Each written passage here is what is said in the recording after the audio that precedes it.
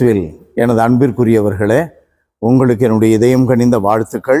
வணக்கம். அன்பானவர்களே, இன்றைய சிந்தனைக்கான நற்செய்தி பகுதி மத்தேயு நற்செய்தி 14வது அதிகாரம் 22 36 முடிய.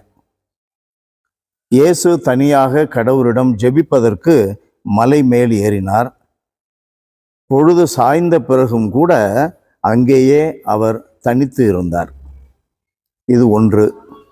இரண்டாவது, மற்ற சீடர்கள், இயேசுவினுடைய சீடர்கள் படகிலே அவர்கள் பயணிக்கிறார்கள்.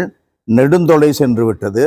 இரவிலே ஆண்டவர் இயேசு 4ஆம் காவல் வேளையில், காலையில் 3லிருந்து 6க்குள்ள 4ஆம் காவல் வேளை, இயேசு அவர்களை நோக்கி கடல் மீது நடந்து வருகிறார். ஐயோ பேய் என அச்சத்தினால் அலறினர். இது 2. மூன்றாவது, இயேசு அவர்களிடம் துணிவோடு இருங்கள், நான் தான், அஞ்சாதீர்கள் என்று சொல்ல, பேதுரு மறுமொழியாக, ஆண்டவரே நீர்தாம் என்றால் நானும் கடல் மீது நடந்து வர ஆணையிடும் என்றார். வா என்றார். பேதுரு அப்படியே நடந்தார்.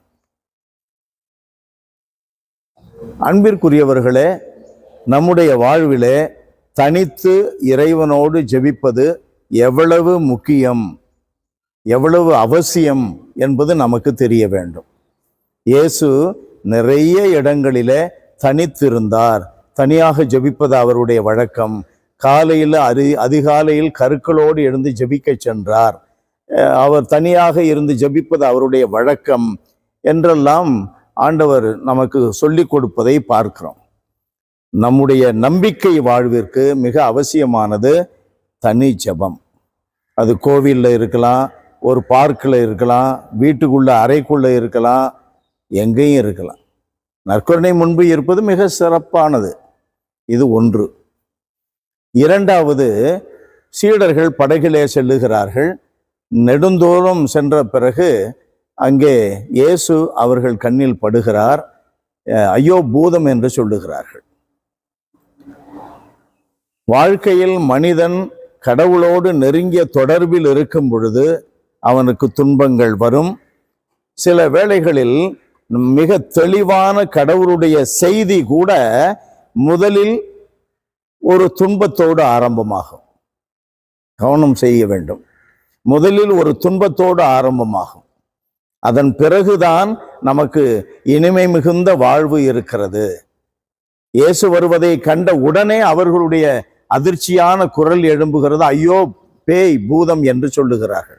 ஆனால் அடுத்து இன்பமான ஒரு காரியம் என்ன? வாழ்வின் அடுத்த பகுதி, பெரும் பகுதி, இயேசு அங்கே சொல்லுகிறார், நான் இருக்கிறேன், அஞ்சாதீர்கள். கடல் மீது நீங்கள் நடந்து வரலாம். பேதுருவா நடந்து வந்தார். இயேசு இருக்கிறார் என்ற உண்மை உணர்வு நம்மிலே இருந்துவிட்டால் நாம் மலையை கடக்கலாம், கடலை கடக்கலாம், பள்ளத்தாக்கை கடக்கலாம், எந்த இடத்தையும் கடந்து வரலாம். நம்மால் முடியும். இயேசு நம்மோடு இருக்கிறார். அப்பொழுது பெரிய அலை வந்து அவர்களை தாக்குகிறது. ஆனால் இயேசு அமைதி ஏற்படுத்துகிறார். நம்முடைய வாழ்க்கையிலே அலைகள் வரும், துன்பங்கள் உங்கள் வாழ்க்கையிலே உலகிலே உண்டு, இயேசு சொல்லி இருக்கிறார். ஆனால் திருப்பாடல் 46:5 வாசிக்கிறோம், நகரின் நடுவில், எருசலேம் நகரின் நடுவில் கடவுள் இருக்கிறார். ஆகவே அவரோடு இருக்கிறவர்கள் அசைவுற மாட்டார்கள். அன்பிற்குரியவர்களே, நம்முடைய வாழ்விலே இயேசு இருக்கிறார். பேரிரக்கம் மிகுந்த எங்கள் கடவுளே, உம்மை துதித்து போற்றுகிறோம், தாழ்மையோடு ஆராதிக்கிறோம். அன்பின் இறைவா, எங்களுடைய வாழ்க்கையில் எப்பொழுதும் உம்மோடு இணைந்து வாழ்ந்தால் எங்களுக்கு துன்பம் இல்லை, துன்பங்களில் சுமை இல்லை, துன்பங்களில் ஒருவித சுவை இருக்கும். அதனால் எங்கள் வாழ்வு நீளமானது, இனிமையானது, எப்போதும் சாதிக்கக்கூடியது. இதை உணர்ந்து வாழச் செய்தருளும். இயேசுவின் நாமத்தில் ஜெபிக்கிறோம் பிதாவே. ஆமென், ஆமென்.